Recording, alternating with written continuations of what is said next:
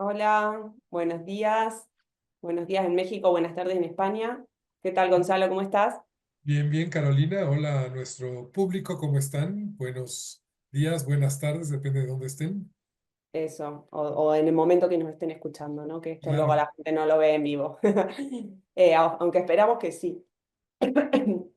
Bueno, volvimos con otro vivo y en este mes se nos ocurrió conmemorar el Día del Libro, que fue el día 23 de abril, el Día Mundial del Libro, y hacer desde ese idioma nuestro pequeño homenaje, no solo a quienes escriben, que tanto nos dan, sino a todo el mundo que trabaja alrededor de la industria del libro, que son, por supuesto, los traductores literarios, pero también los editores, correctores, los libreros, bueno, bibliotecarios, hay un montón de profesiones alrededor de esto, ¿no? Pero ¿por qué Y el Día del Libro se festeja el 23 de abril? No sé si nuestros escuchas sepan esa historia. eso. Bueno, realmente primero era el día 7 de octubre, el día que se había conmemorado principalmente, en primera instancia, pero luego se cambió al día 23 de abril, porque en este día coincide que han fallecido tres personalidades que le dieron mucho a la literatura, que son Shakespeare, Cervantes y Garcilaso de la Vega. Bueno, uno de ellos creo que falleció el día 22, pero lo enterraron el día 23 o algo así, entonces ya se conmemoró y bueno, y es el Día Mundial, así que de donde sea que nos estén viendo, igual esto aplica, ¿no? Y además Y, coincide con el Día del Español. y también coincide con el día, eso, el Día del Español. Entonces, bueno, vamos a hacer un poco más personal este encuentro para eh, contar entre Gonzalo y yo nuestras experiencias que hemos tenido en el mundo de los libros. Ya saben que, bueno, Gonzalo es traductor e intérprete, yo soy traductora de inglés y bueno, nos hemos encontrado, ¿no? Con situaciones de este estilo y con proyectos de este estilo. Eh, con, Cuéntanos, Gonzalo, si quieres, en qué libros, en qué proyectos del mundo editorial te tocó trabajar, tuviste la oportunidad de trabajar. He trabajado mucho en traducción. La verdad es que yo creo que la traducción es este, algo muy estimulante y la traducción literaria como un término amplio de literario, ¿no? No necesariamente literatura pura, pero sino también la parte de literatura como parte de, hablando de bibliografía, ¿no? Ok. La literatura social o la literatura económica. He trabajado con bastantes revistas del Colegio de México, del Fondo de Cultura Económica. He hecho la traducción también de algunos libros para distintas editoriales, para Simon Schuster, para Guara, y para el propio Fondo de Cultura Económica, donde yo creo que hice la traducción que fue el mayor reto, que fue Mujeres, Hombres y Lenguaje. Es un acercamiento sociolingüístico a las diferencias de género y la manera de hablar en los distintos idiomas. Esto fue sumamente interesante porque realmente no es una cuestión, bueno, va más allá de la cuestión de género, también habla de los idiomas, cómo hay idiomas, por ejemplo, en donde el género tiene que ver no con el objeto, sino con la persona que está hablando. Es decir, un hombre solo tiene tíos y una mujer solo tiene tías, porque la referencia está con el hablante, ¿no? Como hay también otros idiomas donde hombres y mujeres tradicionalmente hablan distinto, o el japonés es un ejemplo donde hay formas de hablarse distinto siendo hombre o siendo mujer, un poco también como en el caso del español, usamos el tú o el usted, dependiendo de quién Ujú. esté hablando. Bueno, hay idiomas en donde también eso cambia dependiendo de quién es el hablante. Entonces, este es un libro sumamente interesante, con sí anécdotas, pero sobre todo es un estudio realmente sociolingüístico. Y además en esa época yo estaba trabajando en el Colegio de México, y mientras traducía este libro. Así que prácticamente me leí toda la bibliografía que se mencionaba, aprovechando que tenía ahí la biblioteca del Colegio de México. Y Bueno, repite, Gonzalo, el nombre por si alguien lo quiere buscar. Yo te confieso que yo lo busqué busqué tu nombre y me apareció la traducción, así que muy bien. Pues se llama Mujeres, Hombres y Lenguaje y tiene como subtítulo un acercamiento sociolingüístico a las diferencias de género y me da mucho gusto porque que haya aparecido con mi nombre la traducción, porque en la Asociación Mexicana de Traductores Literarios, que es una asociación a la que pertenezco, está esta campaña y que no sé si alcanzan a leer, que dice, ¿quién Sí. tradujo tu libro? Menciónale. Entonces, la verdad es que creo que es muy importante que el traductor tenga visibilidad, ¿no? Es decir, es realmente quien nos permite tener acceso a la literatura universal.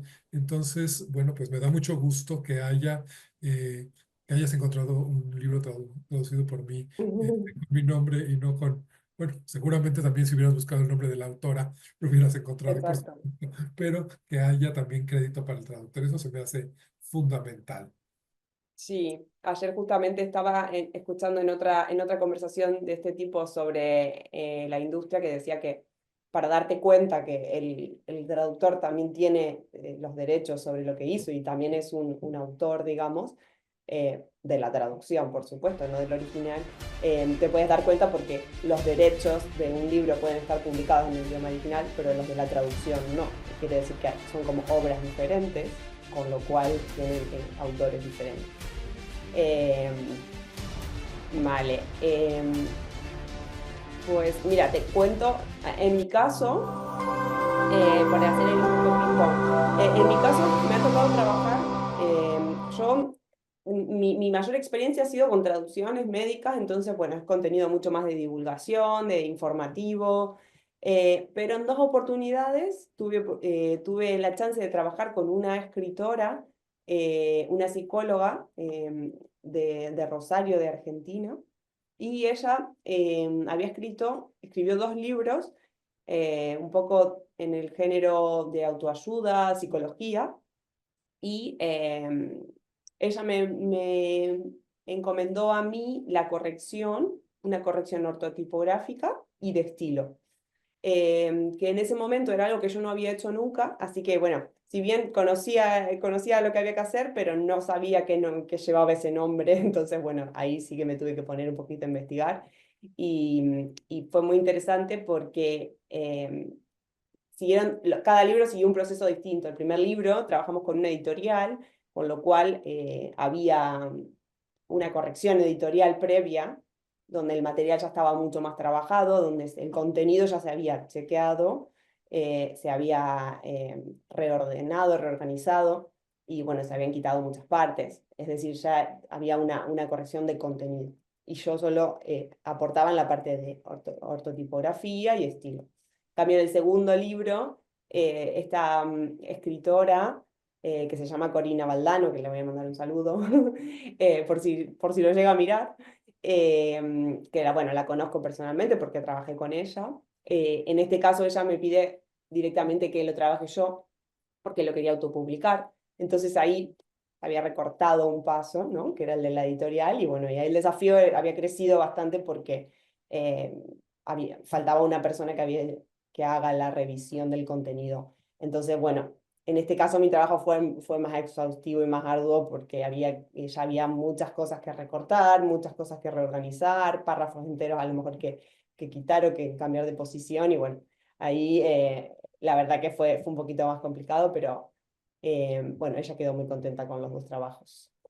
Y voy a decir el nombre, que no los dije. Sí, por Uno se favor. llama En carne viva, de Corina Valdano, y el otro se llama Un viaje al interior de un viaje, también de Corina Valdano. Y bueno, el segundo va más de un viaje que ella hace por el mundo, hablando de un viaje personal que va haciendo a través de ese viaje de 3 años. Y en el otro caso es En carne viva, habla es una guía para procesar las emociones. Entonces, bueno, ahí va la recomendación.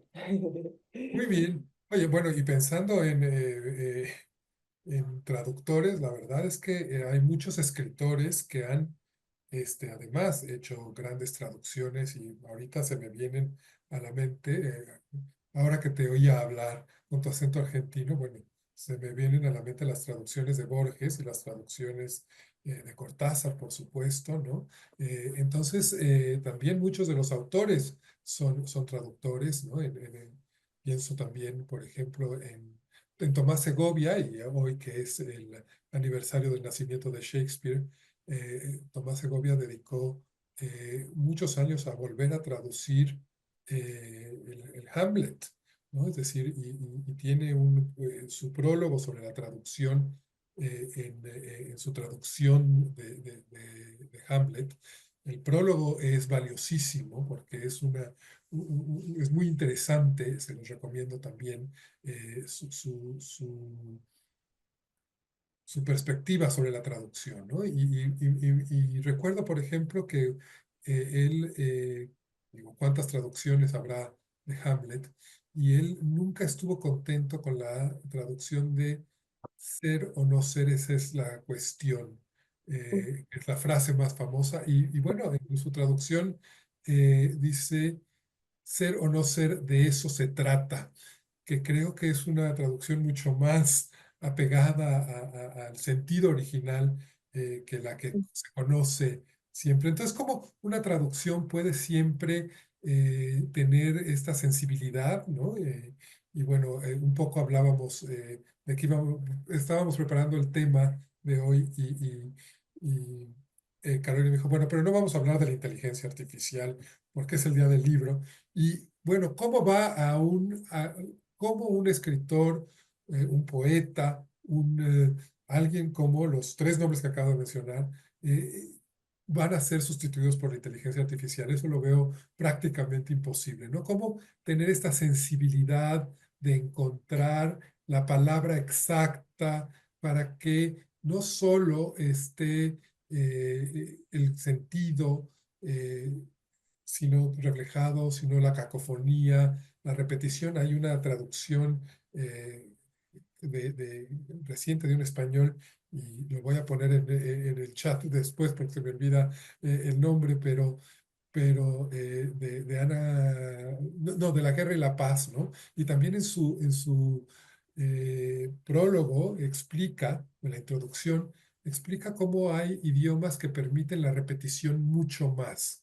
Y el ruso es uno de ellos. Es decir, si aparece la misma palabra 8 veces en el mismo párrafo, eso no es algo que se vea mal. Bueno, y estamos hablando además de los grandes escritores rusos, ¿no? Estamos hablando de la Guerra y la Paz.